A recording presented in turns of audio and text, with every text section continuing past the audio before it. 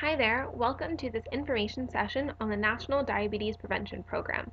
Chances are you're here because you're interested in reducing your risk for type 1, type 2 diabetes, or maybe you already have diabetes and you want to know more about what you could do to make your body healthier and help to reverse that process.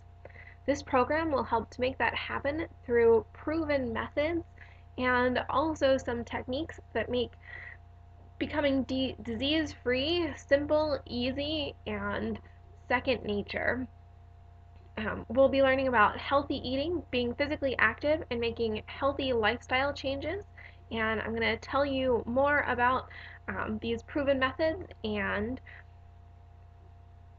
what this program is all about. Thank you for being here, and please let me know if you have any questions.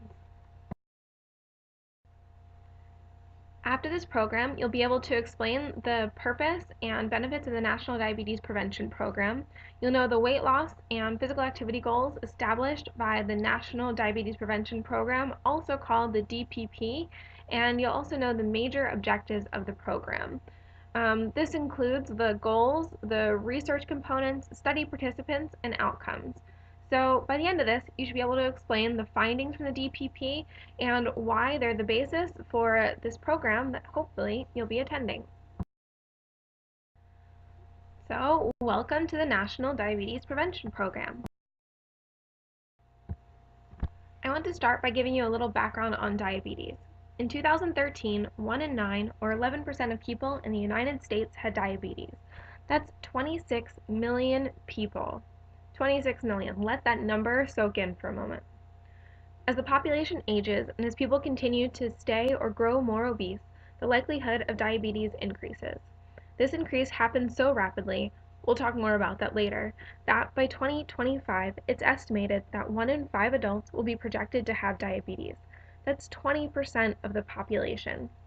1 out of every 5 family members, friends, co-workers, the people you meet on the street might have diabetes in 2025 if something doesn't happen differently. I don't know about you, but that's way too many people for me. And if that number doesn't shock you, did you know that in 2007, $116 billion was spent on diabetes? That cost hasn't gone down since. Many studies estimate this cost to be higher due to the countless time and money lost because of worry, accounting for individuals' bodies' needs, going to doctor's appointments, and so much more. Imagine how different the planet would be if we could prevent even 1% of these people, that's 2.6 million people, from getting diabetes. How would they spend their time? How would their quality of relationships be? What about their quality of life? How would each of these 26 million people prefer to spend their $116 billion? And that's not even mentioning the consequences of diabetes. The consequences include cardiovascular disease, vision loss, amputation, end-stage retinal disease, disability, mortality, and so much more. Diabetes is something that doesn't just influence the foods you eat or needing to take insulin. It really, really can take a toll on your body, on how you're able to interact with people in your life, the people that you love, and can make it pretty inconvenient to do many everyday tasks.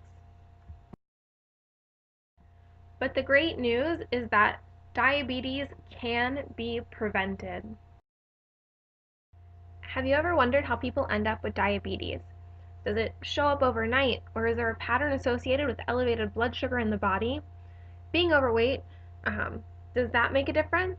How about diet or exercise? As it turns out, there are many people who are pre-diabetic that are higher risk for converting to diabetes. These people are the ones with higher blood sugar, but their blood sugar isn't quite high enough to be diabetic. There are several research studies that have shown patterns from the people's past who end up developing diabetes that might have been preventable.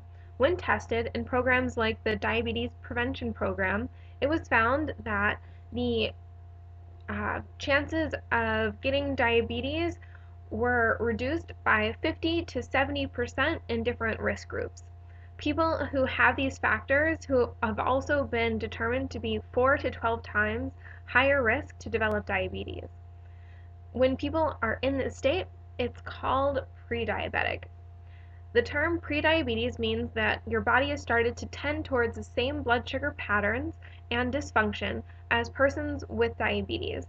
And it's also been found that these people are not only much more likely to develop type 2 diabetes, but definitely 10% of people showing these risk factors eventually end up with diabetes. But there's good news. Scientists and researchers have found that persons who are at the higher risk can, like we said before, make lifestyle changes and end up being less likely to develop diabetes overall. These changes include diet, weight loss, and exercise. So, a little bit more about prediabetes. It's defined by an elevated blood glucose level. People, like we said before, are 4 to 12 times higher risk for developing type 2 diabetes, and 10% of the people who are pre-diabetic have been shown to eventually convert to diabetes. The increased diabetes risk comes if you are 45 years of age or older, if you're overweight, if you have a parent with diabetes, if you have a sister or brother with diabetes, if your family background is African American, Hispanic, Latino, American Indian, Asian American, Pacific Islander, if you had diabetes when you were pregnant, if you have a BMI of 27 or greater, if you are physically active less than 3 times a week. So those are some of the elevated risk factors of diabetes, and you can also be diagnosed using blood tests. And if you use a fasting glucose test, then your levels will be at about 100 to 125 milligrams per deciliter, and you're most likely to be insulin resistant. A glucose tolerance test might reveal that you have 140 to 199 milligrams per deciliter, also known as impaired glucose tolerance, and your hemoglobin A1C test, the amount of glucose in your blood cells is likely to be between 5.7 to 6.4%. So, if you have any of these, there's an elevated risk that you are not only pre-diabetic, but that you might convert to diabetes. So, a group of people who are pre-diabetic were chosen to participate in the DPP. You're probably wondering what that is by now. So before we go any further, let's review what the DPP is all about. So, the DPP is a research study, which is what the Diabetes Prevention Education Program is based on, that showed really effective methods for preventing and reducing the risk of getting type 2 diabetes. The DPP was a research study funded primarily by the National Institutes of Health and supported by the Centers for Disease Control and Prevention. It showed that making certain lifestyle changes and continuing the changes over a period of time can prevent or delay type 2 diabetes in people who are at risk for the disease. More than 3,000 adults took part. They came from 27 locations around the United States. Everyone had prediabetes, all of the risk factors and indicators that we talked about before.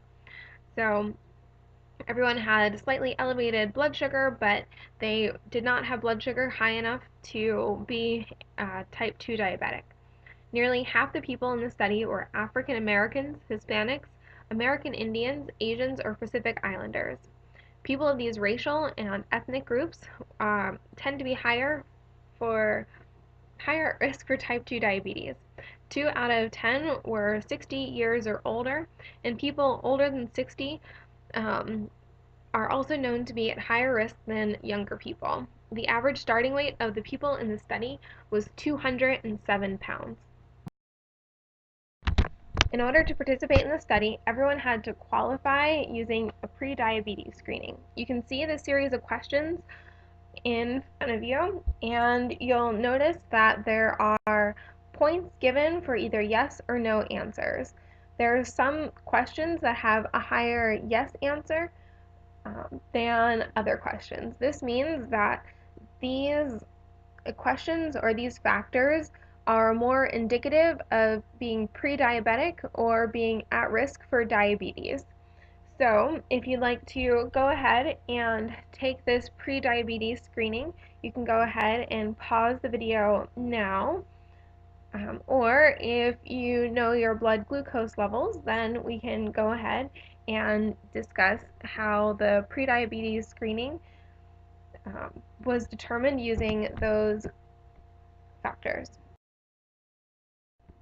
The medical diagnosis for qualification is listed on your screen. You can go through each of these points that we've talked about before, the fasting plasma glucose level of 100 to 125, and plasma glucose measured 2 hours after 75-gram glucose load of 140 to 199, an A1C of 5.7 to 6.4, or being clinically diagnosed during pregnancy. And so if you qualified here or if you qualified in the screen before, you're eligible to not only be a part of the study, but people in these groups have been shown to have reduced chance of disease by just by the virtue of the program. I bet this is starting to sound great, and you're wondering, what did the researchers do? Each person in the study was randomly assigned one of 3 treatment groups.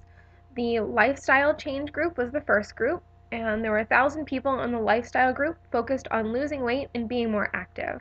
They did not receive any medication of any sort as prescribed by their doctor. The second group was the medication group. The 1,000 people in the medication group were given metformin. Metformin is a medication used to treat diabetes. This group did not focus on losing weight or being more active. The third group was another 1,000 people, and they were considered the placebo group. They received no medication and were not asked to do anything to change their lifestyle. This study was a randomized study, meaning that people would pull out of a hat to figure out which group they would be in. The study was also over 3 years and 3 groups, and these 3 groups were the ones that participated. The study found that making certain lifestyle changes and maintaining those changes over a period of time prevented or delayed the onset of type 2 diabetes for people who are at risk of the disease.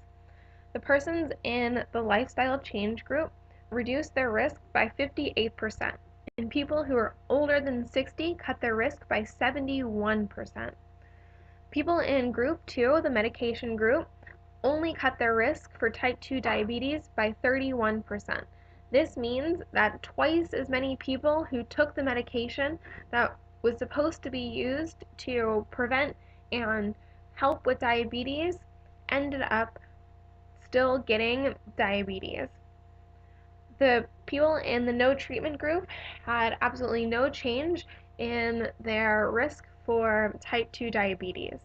And the great thing is that there are many other studies around the world that show very similar results. People who lose weight remain active and delay or prevent type 2 diabetes. The DPP program taught facts about and what makes it hard to eat healthy and be active.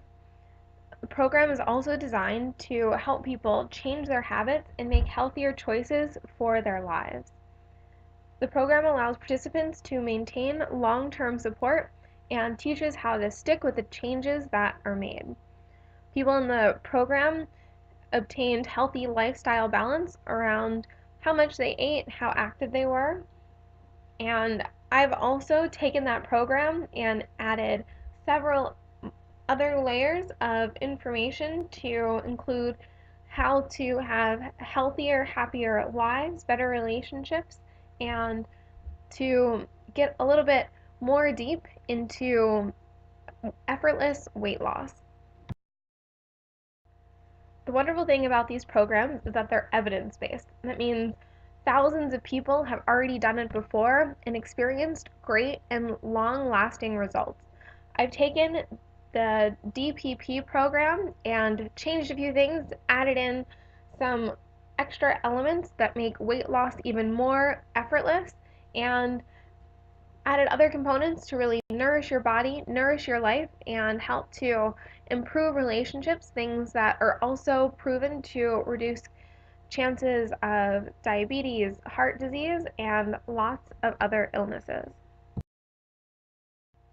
Some of those other studies that I was talking about include studies in the US, in Finland, Japan, India, and China, where a 30 to 60% reduction in diabetes was found for people who are at risk of developing diabetes.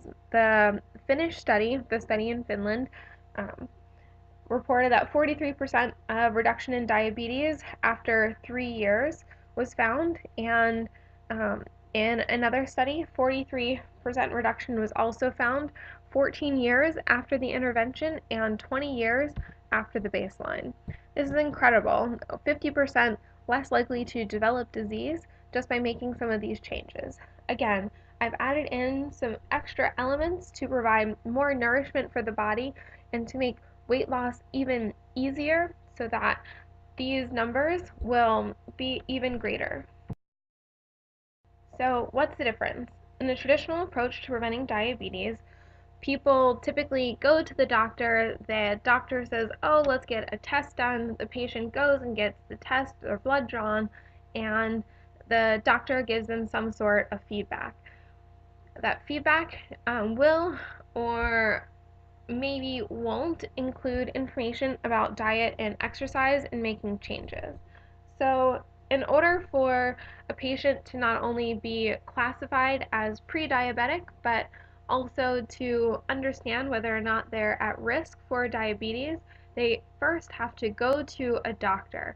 And then the doctor has to say, hey, let's get some sort of understanding of what's going on. And then the doctor also has to know what sort of diet and exercise to request. So there are lots of places in that system where the information can fall through or that process can stop short of leading the patient to making or finding out more information about diet and lifestyle changes. So the difference with our program is that we let you know what the risk factors are, so that way you can do a self-assessment to see if you're at risk, and then we provide scientifically proven nutrition and weight loss information to help people who are at risk for diabetes. This provides support to everyone in the program to help them achieve their goals and to make long-lasting lifestyle changes. When I heard about these studies, I absolutely fell in love. They reduced people's chances of getting diabetes by 58%. That's almost 2 out of 3 people who go through a program like this are less likely to get diabetes. That was amazing to me. And the program is backed by the Center for Disease Control and Prevention. This means it's a national program that doctors are behind, that's proven by science, and there's so much evidence that it's snowballing into something greater and something that really can help to solve the challenges that this nation's going through. So, the leader of the program can tell you that I came into the training with so much extra knowledge and passion that I needed to channel it into something that was a little bit larger than myself. I have so much extra nutrition information and information about losing weight effortlessly and how to add extra nutrients to the body and really what's the science behind weight loss and getting blood sugar back in control that I really was super excited and passionate about starting this program.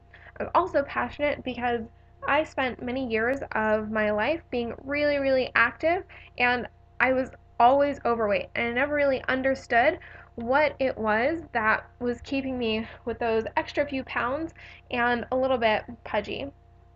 So I decided to make some career changes, relationship changes, and other lifestyle changes and choices to help to improve how I was loving and handling my body. And I changed what I ate, and I changed the ways that I exercised and kind of what my intention was, and it made such a huge difference in my body. I lost about 30 pounds in just a few months, probably in about half a year actually, and that was all around the same time that I was making changes that I will share with you. So, not only do you have this excellent diabetes prevention program that's proven to reduce chances of losing weight and reduce chances of diabetes as well, but I've added at least twice the amount of content that helps to make your chances even greater of losing weight effortlessly and also of making sure that you are disease free. So I just want to recap some key points. The National Diabetes Prevention Program was born out of the Diabetes Prevention Research Study, which was designed to help people at high risk of developing type 2 diabetes to become lower risk. It's not exactly a weight loss problem, but weight loss has been shown to be a huge correlating factor in having diabetes or getting diabetes. So I've added in extra elements that help to fight fat and also help to add more nourishment into the body, both proven methods for reducing weight and reducing chances of getting diabetes. So the program has two goals. All the participants will set these goals and work towards them throughout the program. And it's doing 150 minutes of brisk physical activity every week. And if you break it down, that's like 5 days, about 30 minutes each day. Or you can do 10-minute segments over a couple days. And also reducing only 7% of initial body weight. So if you start out at 200 pounds, it's a 15-pound reduction over a 6-month period, which is absolutely achievable, especially if you have my help. So we also talked about the amount of weight loss needed to reduce risk and to help prevent you from getting diabetes. I have to tell you, I'm super excited to see you here being interested about reducing chances of disease for you, for a loved one, and for many people in the United States and around the world. It's such an honor to be able to coach you and train you along the way, and I really have to tell you thank you. Thank you for being here, for participating, and being interested. It's taken a lot of time and energy to put together this program so that the experiences can be shared and changes can be made in a way that's never been experienced before.